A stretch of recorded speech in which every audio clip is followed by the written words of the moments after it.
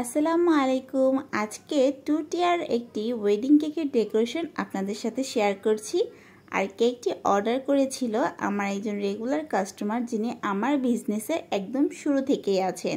এই কেকটি মাত্র 2 পাউন্ডে কিন্তু করা হয়েছে। আমরা 2 টিয়ার কেকগুলো মিনিমাম 2 পাউন্ডে করে থাকি। এর কমে অ্যাকচুয়ালি 2 টিয়ার কেক করা পসিবল না। একটা সময় ট্রেন্ড ছিল যে 1 পাউন্ডে 2 টিয়ার 3 টিয়ার। অ্যাকচুয়ালি সেই কেকগুলো খাওয়ার মতো না। মনে করেন 450 গ্রামের একটা কেক, সেখানে 2 টিয়ার বা 3 টিয়ার যদি দেয়া হয়, সেখানে কিন্তু ম্যাক্সিমামই থাকে ক্রিম। যাই হোক, তো এটা ছিল একটা ব্লুবেরি ফ্লেভারের কেক। আর আমাদের পেজের যে প্রিমিয়াম ব্লুবেরি ফ্লেভারটা আছে, আপু সেই কেকটাই অর্ডার করেছিলেন। আর এখানে আপনারা দেখতে পারবেন যে কত পরিমাণে ব্লুবেরি আমরা দিয়েছি, একদম হিউজ পরিমাণে। তো আলহামদুলিল্লাহ কেকের রিভিউটাও অনেক ভালো ছিল। আপু ইনভাইটেড যে পার্সনরা খেয়েছেন সবাই বলেছেন যে অনেক টেস্টি আর জুসি ছিল কেকটা। আপু আমাদের পেজের ম্যাক্সিমাম ফ্লেভারই ট্রাই করে দেখেছেন। আর আপু প্রত্যেকবারই যখন অর্ডার দেন একটু ট্রাই করেন ভিন্ন ফ্লেভারের কেকগুলো নিতে। তো এবারও কিন্তু তার ব্যতিক্রম নয়। আর আমাদের পেজে আগে ব্লুবেরি ফ্লেভারটা ছিল, কিন্তু এবার একটু ডিফারেন্ট স্টাইল আমি করেছি। আর সেটা হচ্ছে একদম হিউজ পরিমাণে ব্লুবেরি দিয়ে। আগে তোটা দেওয়া হতো না, প্রাইসটাও কম ছিল। তো এখন আমরা যে প্রাইসটাতে এই ব্লুবেরি কেকটা দিচ্ছি, এই প্রাইসেও কিন্তু আপনারা এত ব্লুবেরি দিয়ে কেকটা পাবেন না।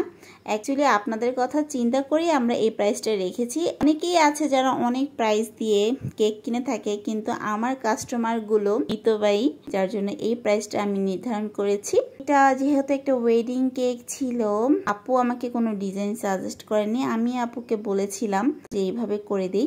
মাত্র 2 পাউন্ডে কিন্তু আপনারা এই সুন্দর সুন্দর 2 টিয়ারের কেকগুলো আমাদের কাছ থেকে পারচেস করতে পারবেন রিজনেবল প্রাইসে। তো যারা ব্লুবেরি পছন্দ করেন তারা কিন্তু দেরি না করে এই কেকটা অর্ডার করতে পারেন। খুবই ফ্লেভারফুল আর মজা খেতে, আপনারা খেলেই বুঝতে পারবেন। কেকের কালারটা আমি অফ হোয়াইট রেখেছি, কারণ অফ হোয়াইট কালার অথবা বাটার ক্রিম কালারের কেকগুলো দেখতে কিন্তু অনেক বেশি এলিগেন্ট লাগে। আর ওয়েডিং কেক হলে তো কোনো কথাই নেই। আমি কেকের সাইডে এবং উপরে সুন্দরভাবে ক্রিম দিয়ে কভার করে দিচ্ছি। আর উপরের পার্টটা কিন্তু আমি অফ স্ক্রিনে কমপ্লিট করে নিয়েছি। সাবধানে আমি উপরের পার্টটাকে সেট করে নিচ্ছি, এবং যাতে কেকটি কোনোভাবে নষ্ট হয়ে না যায়, তাই মাঝখানে একটি পাইপ সেট করে দিচ্ছি। আর সাইডে এই আর্টিফিশিয়াল ফ্লাওয়ারগুলো দিয়ে দিচ্ছি।